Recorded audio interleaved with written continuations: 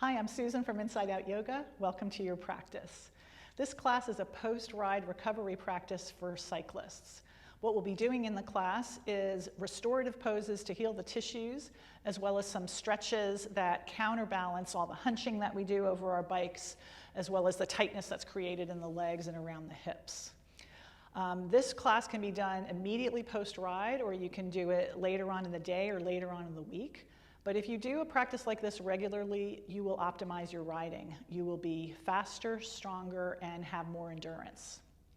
So what you'll need for this class is a blanket of any type. You can also substitute a towel or two. 2 yoga blocks if you have them. If not, you can substitute books, something sturdy and thick. And then a yoga strap or some other type of belt or towel that you can strap around your feet when we do leg stretches. So grab all those. If you don't have them, I'll give you options to do without, but if you can, grab them and put them off to the side. And we'll come into our first pose, which is a restorative pose, constructive rest. If you have blocks, you'll have the added bonus of a big chest opener, and if you don't, you can still do the pose without. So if you do have blocks, then one of them will go right underneath the shoulder blade, so under the thoracic spine.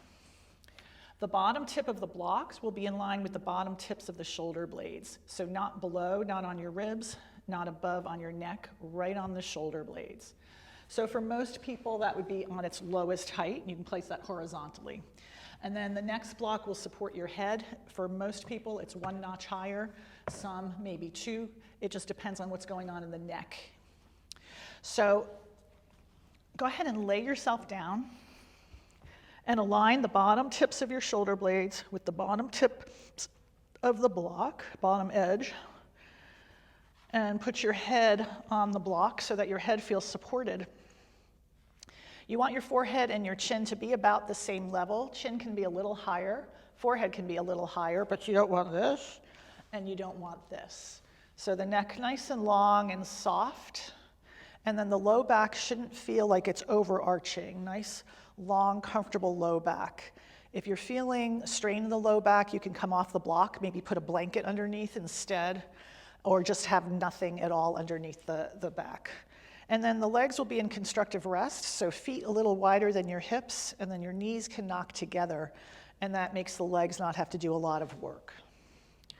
Your arms will have the palms up, either closer into your body, or if you can, widen them even wider, as wide as you can, with the forearms and the hands on the floor. So once your forearms and your hands lift, then just bring them closer into the body, but palms should be up.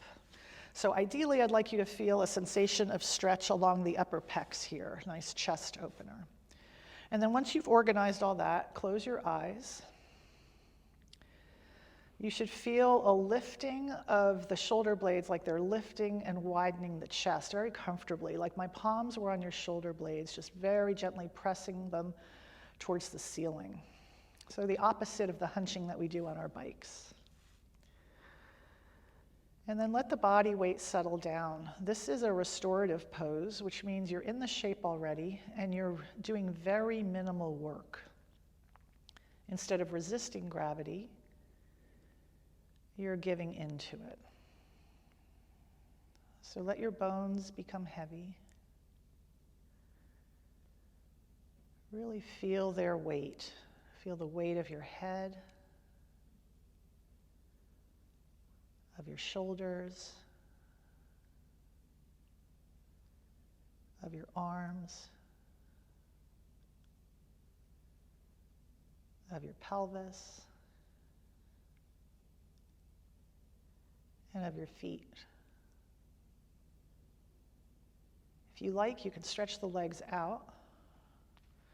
Maybe bring them wide as though you were in Shavasana corpse pose. But if that strains your lower back, bend the knees again, plant your feet, come back to constructive rest. Let your body get 10% heavier.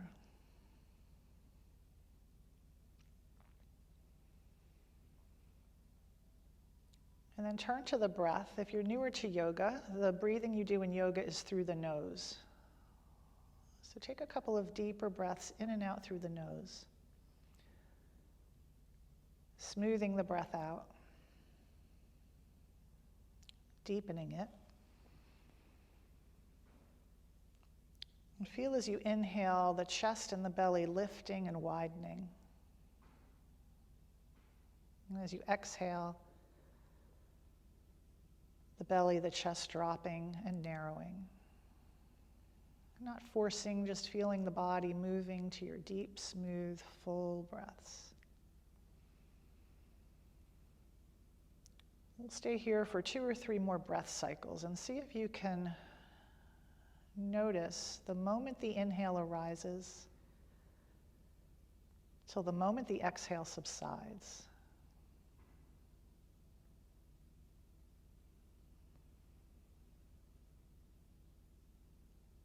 Noticing the breath and the body moving in tandem.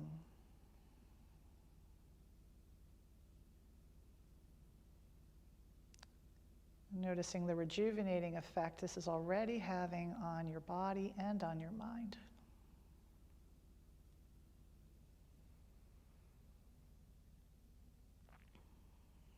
We'll start to come out of this pose into our next pose. So bend your knees, plant your feet if they're not already, and either just press yourself up with your arms or roll to one side. Lift yourself up into a seated cross-legged position briefly. Close your eyes again, and just notice the effect of that first pose. Great, then blink your eyes open, take your blocks and put them at the top of your mat for later. And we're gonna come into a kneeling position. So come onto your knees, and you'll tuck your toes under. You might even flick your pinky toes so that you're stretching, widening the soles of the feet that can kind of get tight in our hard cycling shoes. And then I have an option, and it depends on you. This can be intense. Sit back and sit on your heels, what they call broken toe pose. You're really spreading the soles of the feet.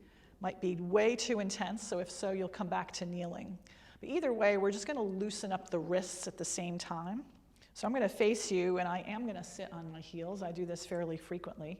So whichever you need, and you can come up and down, but interlace your fingers. And then lift your left wrist up, face it toward me, bring it down as the other wrist lifts up, and then face that toward me, and continue to do that, making these kind of figure 8-ish circles as quickly or slowly as you like. This is another thing I do fairly often, so I can do this pretty quickly, but it takes practice to be coordinated, like anything.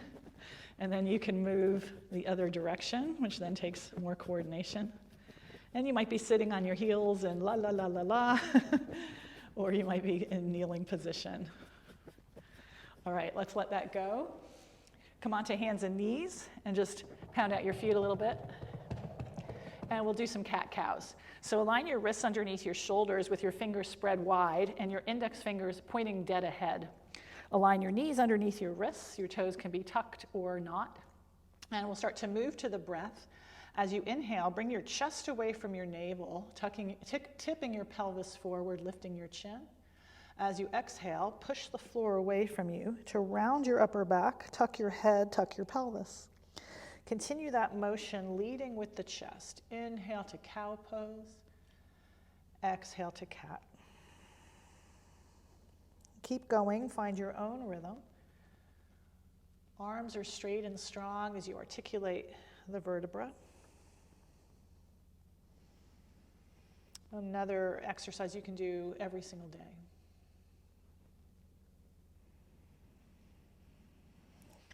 Take one more breath into the inhale, and as you exhale, we'll come to child's pose. Widen your knees, toes to touch, and send your hips straight back and lower them towards your heels.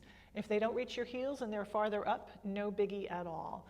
Send them back as far as you can, back and down, and then keeping them back, reach your arms forward and come onto fingerprints as you lift your palms up. Drop your head so that your forehead lands on a block or on your mat. It can hang in space, but ideally you want it touching something. I'm going to keep mine lifted so that my voice isn't distorted in the microphone. But you drop yours 100%. And then if you'd like, you can also press your palms down, but keep pushing the floor away from you, tractioning the hips back and lengthening the spine.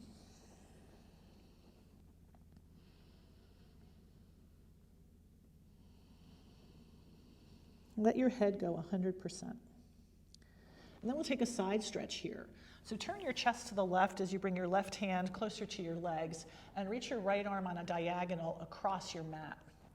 Traction the right hip back, pressing the right hand forward and down. You can once again lift your palm. You'll get a deeper shoulder stretch. Drop your head any amount. And I'm going to lift my head again. You keep yours dropped. Feel as though the ribs were moving towards your hand and the hip was moving towards your feet. Nice side stretch, lats. Let's do the other side. Reach across your mat. Press your palm forward and down. Traction the left hip back and down. Right hand just acts as a brace, doesn't matter where it is, and head drops 100%. Palm can lift again.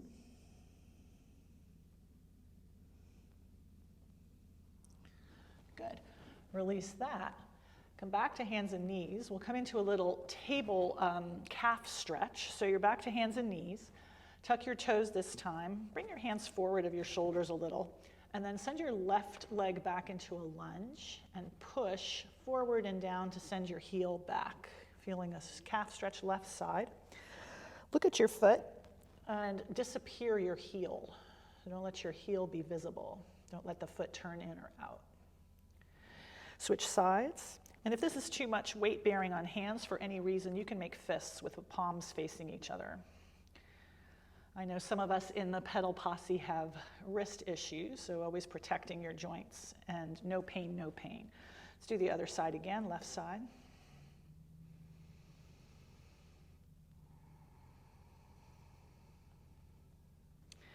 And the right side.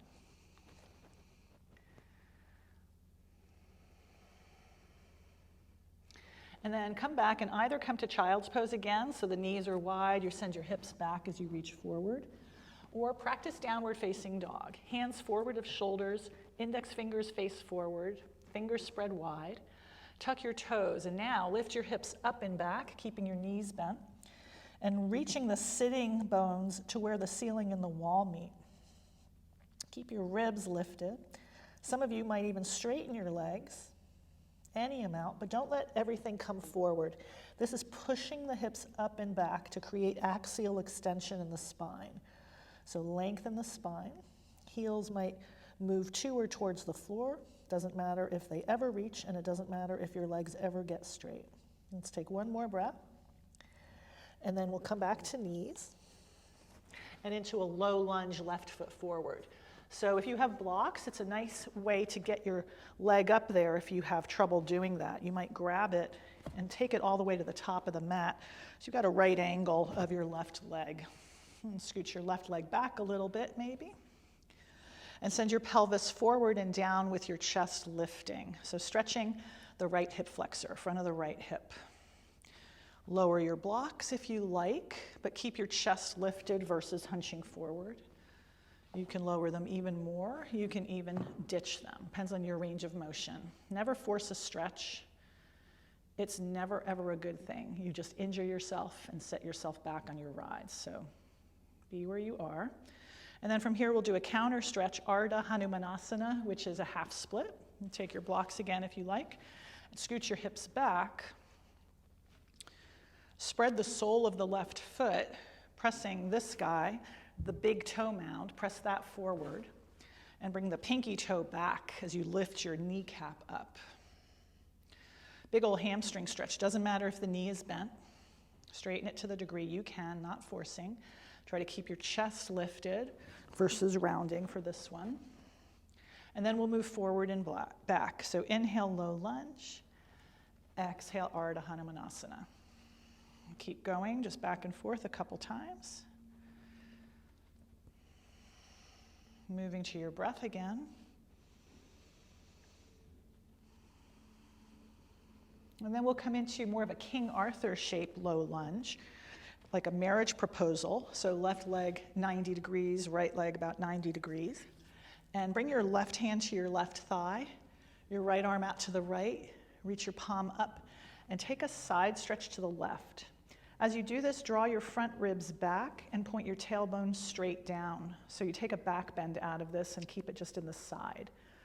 So you should feel a stretch. I mean, it depends on you, but I feel it right around, it's called the TFL, tensor fascia lata, right along the side and the front of the right hip, as well as the lats, little IT band maybe. And then bring your hands back, come back to your low lunge. And to your Ardha Hanumanasana again. So big toe mound forward, pinky toe back, thigh lifted, chest broad. And we're going to take a little twist here to get more into the IT band. So turn your chest any amount towards the left corner of your mat. Your right hip might want to swing out. Instead, send it in. And as you press your big toe mound forward, lift the out seam of that thigh up towards the hip. So keep all that. Maybe the block comes outside your leg. Maybe you lower. Maybe more. It doesn't matter, just trying to feel a stretch along the muscles along the IT band there. Pin the right hip in and back. And we'll come back to our low lunge and to down dog or child's pose. Knees can stay bent in your down dog. We're prioritizing length in the spine always in down dog versus length in the legs. So push the floor forward and down, send your hips back and up. Straighten the legs any amount without letting your hips move forward. Heels start to lower towards the floor. Come back to knees and to a low lunge, right foot forward. If it doesn't get up there, then you can help it along with your hands. Send the knee back, left knee back a little bit so the pelvis moves forward and down and the chest lifts up. Organize your blocks so that you're getting a stretch without strain. So your deepest variation, that isn't going to cause injury. There's no point to that. Breathing into the demand of the pose.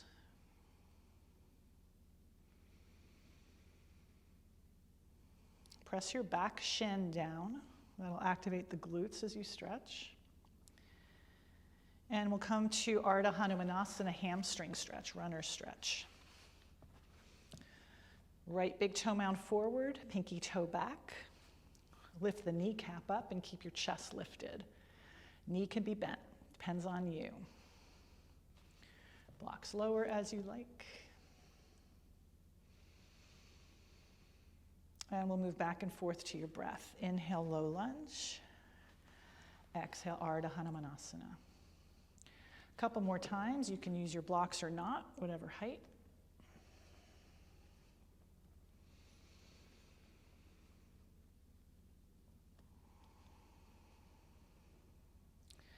Back to the low lunge if you're not there. And then we'll come back to more of a King Arthur shape, like a marriage proposal, like the way Andy probably proposed to his wife. 90 degrees right leg, left hip right over left knee, right hand to right leg. Whoops, little balancy here. Draw the ribs back, tailbone points straight down. Keep that. And reach your left arm up and over. Stretching the side body. Ribs lift up. Hips move down. Breathing into the demand. Awesome. Let's release that. Come back to hands and knees. And to child's pose or downward facing dog. So downward facing dog, especially if you're new to it, it's actually a fairly complicated pose. There are a lot of nuances. And I have a tutorial on this YouTube channel that goes over a lot of those nuances. It's my favorite pose. If I could only do one pose, this would be it. One more breath in down dog or child's. And then lower to your knees. Cross your ankles. We're going to lie on our backs. Have all the props that I told you to have at the beginning just near you so you can reach them. We'll do another hamstring stretch, this time on our backs. So go ahead, lie down. If your chin is lifted, then you'll want to put a blanket or something underneath your head, a pillow, so that your forehead, your chin are about level and you're not shortening the back of the neck. Keep your left leg as it is, knee bent. And if you don't have a strap, you can just hold your hamstrings for a hamstring stretch here. If you do, then go ahead and strap the ball of the right foot. Either way, lift the heel right above the hip to the sky. The knee can be quite bent as you need it to be in order to support your flexibility in your hamstrings. If your leg is straight, well, either way, actually, I want you to resist your hands and your foot or your leg, whatever's touching. Feel as though the thigh bone, that right thigh, we're moving forward. And then maybe if your leg is straight and you feel like you need more, you could straighten the left leg, flexing that ankle and pressing the left thigh straight down. Your pelvis should stay even, so your hip points should stay in the same plane. The right one shouldn't be higher than the left. So keeping that, if you need more still, you might draw your thigh bone back in space. But as you do that, send the hip forward so you keep the pelvis fixed as you just move the leg. So getting into the hamstrings. If you feel it in the tendinous area behind the knee or even near the butt, then I'd like you to bend your knee a little bit. A couple more breaths breathing into the demand of the pose. For any of the poses in this video, feel free to pause and do it a little bit longer. Another thing you can do in this one is bend and straighten. Bend and straighten anytime. One more breath, Supta Padangustasana A, hamstring stretch. And then bend your left knee if it's not already, plant your foot, let's hug right knee in and switch sides. Right foot down, left knee bends, you'll either strap the foot or hold hamstrings and lift the heel right above the hip. Knee can be bent any amount or straight depending on you. One thing we tend to do is sometimes we'll compensate, we'll lift the shoulders, we'll lift the head in order to reach something. Try to keep your shoulders on the floor and your arms relaxed. You can widen the strap around your wrists or not. And again, if your leg is straight, right leg can straighten as well. That will intensify. Resist the foot and strap or your leg and your hands equally. So there's this kind of like thigh bone moving forward and grounding down. Nice and stable thigh and pelvis. Feels good on the low back. Shoulders are relaxed. Big toe mounds forward, pinky toes back. So you spread the soles of the feet. It's also a great thing to do. If you want more, you'll bring the thigh bone back in space without moving the pelvis. Keep the pelvis even. And if you're feeling it again in the back of the knee, I'd like you to bend your knee a little bit.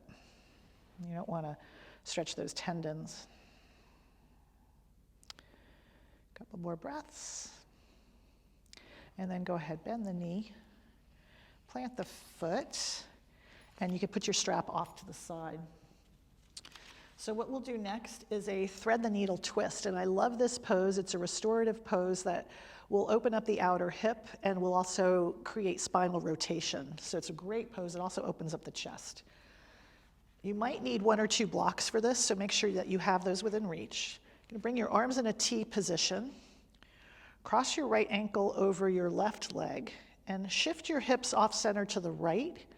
Then bring the entire sole of the foot onto the floor, or if it doesn't reach the floor, raise the floor to meet your foot by putting it onto a block. You could even have 2 blocks, but the whole sole of the foot on a surface. If you're like me, this knee tends to drift in. There's that hip hiking again, the distortion of the pelvis. So I usually take a block and I just make a little bit of a kickstand. Elbow on the floor, minimal effort to do that, just to kind of buttress that leg away.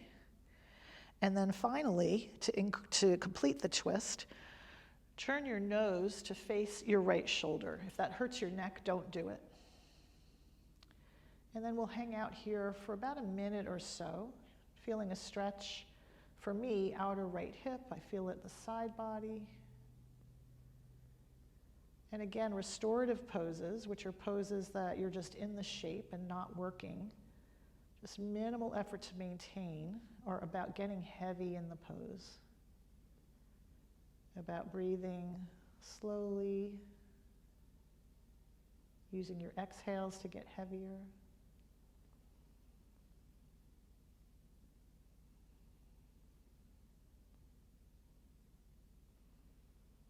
And just feeling and observing sensations in the body. Using your breath to meet the demand of the pose and to quiet your mind. So this creates mental focus, relaxation, and this mental focus totally transfers to your riding. I notice when I ride, I use my yoga all the time. Puts me in that kind of Zen place, real focused and clear, energetic yet at ease.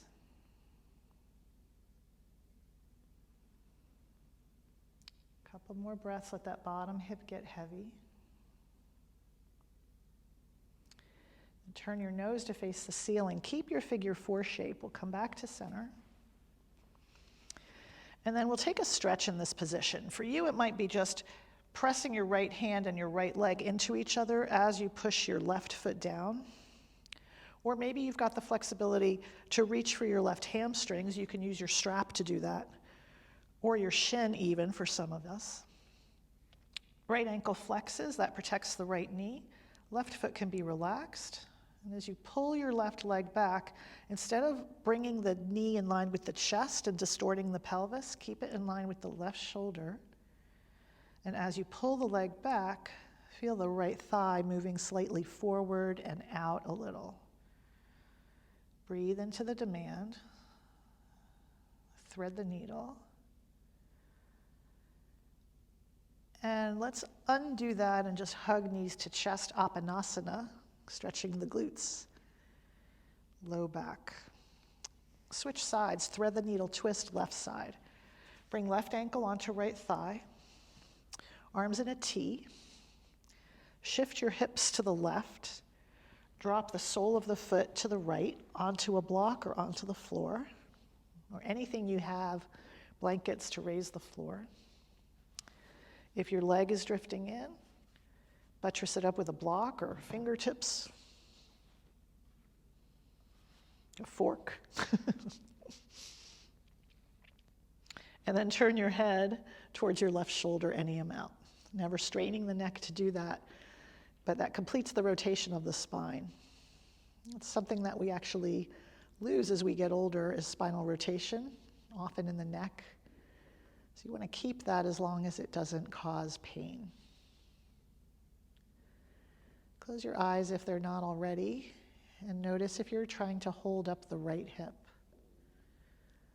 Instead, let it get heavier. And notice where you're feeling sensation of stretch. Breathe into that sensation. Smooth, deep, conscious breathing.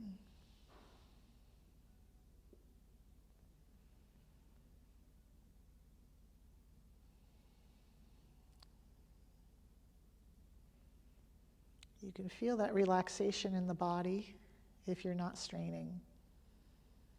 That healing, restoration. So healthy for us. Great. Turn your nose to face the ceiling. Keep your figure 4 shape. And either, depending on you, left hand presses left leg away as the right foot moves forward and down. But if you're not feeling much there, then go ahead and grab your hamstrings or your shin. Flex your left ankle. That locks the knee and protects it as you open your hip. Right foot can be relaxed. And as you pull the right leg back towards your right shoulder, not the chest, send your left thigh slightly forward.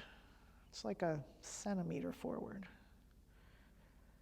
So the legs are resisting each other, and the outer left hip, the rotators, are being stretched. Certainly get tight hips from riding. Awesome. Go ahead and release. Hug your knees to your chest. We'll do one more pose here before Shavasana. Widen your knees towards your armpits. You're holding either your shins or your hamstrings. If you can't reach them and you're lifting head, neck, shoulders to do that, then loop a strap around, holding where you can. Let the head go and feel a stretch. most likely along the upper inner thighs, your adductors. Feel a releasing of the groins here. If you're not feeling enough, if you feel like you could use a little bit more, we'll come into happy baby. Bring your arms inside your legs, outside your feet. Then lift your heels any amount, might be a couple of inches, might be so high that your shins are vertical, and equally resist your hands and feet a little so that the thighs descend some. If this is straining you or you're compensating, like you're lifting your pelvis way high, you're on your upper ribs, or you're lifting your head, neck, shoulders to reach your feet, then come back to the previous position, which will give you a better stretch, more of a release. And then either way, rock side to side to massage the low back. And opening up the legs and the hips as we're doing in this practice also helps low back pain, helps release tension there, and of course we're creating that on the bikes. Great, release that hug knees to chest. Take a total body stretch. Reach your legs forward, your arms overhead.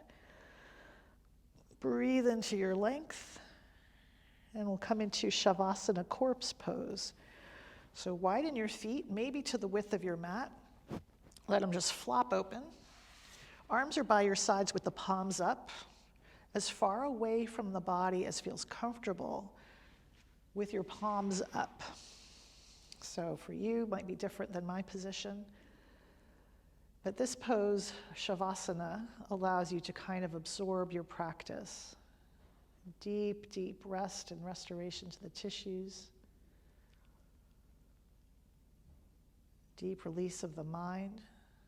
And all you have to do is let the body weight drop. Let the bones feel heavy.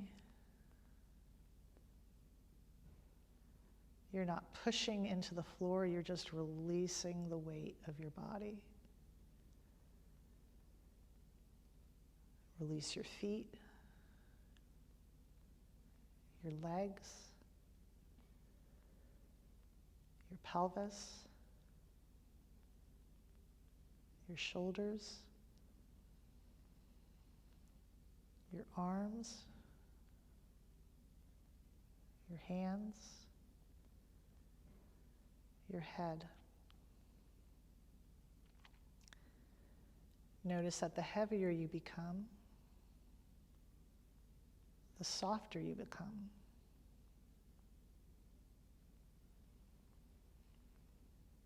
Get 10% heavier. And feel as though your body were a sponge, absorbing your ride. If you just did this post-ride, absorbing your practice, just drinking it all in, getting heavier. And take rest.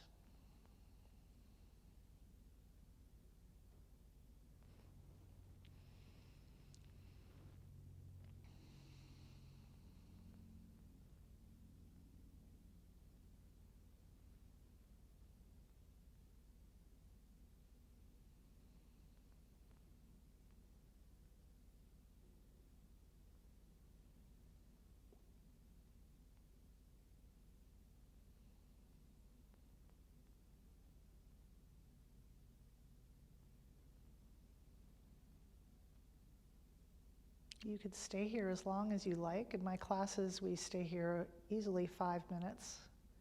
So stay as long as you like if you have time, but if not, start to come out of the pose by gently moving your fingers and your toes. Maybe bring some movement to wrists and ankles, roll your legs in and out, anything that feels good. And if you like, on your next inhale, stretch your arms overhead, lengthen your legs forward. And on your exhale, bend your knees, plant your feet, and bring your arms by your sides.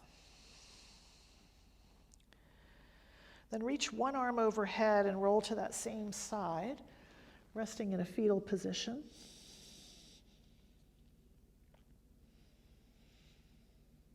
And we'll come into a seat. Press your palm down, lift yourself up. Head comes up last. Maybe sit on a block or a blanket so that you're nice and tall. Close your eyes and feel the effects of your practice on your body and your mind.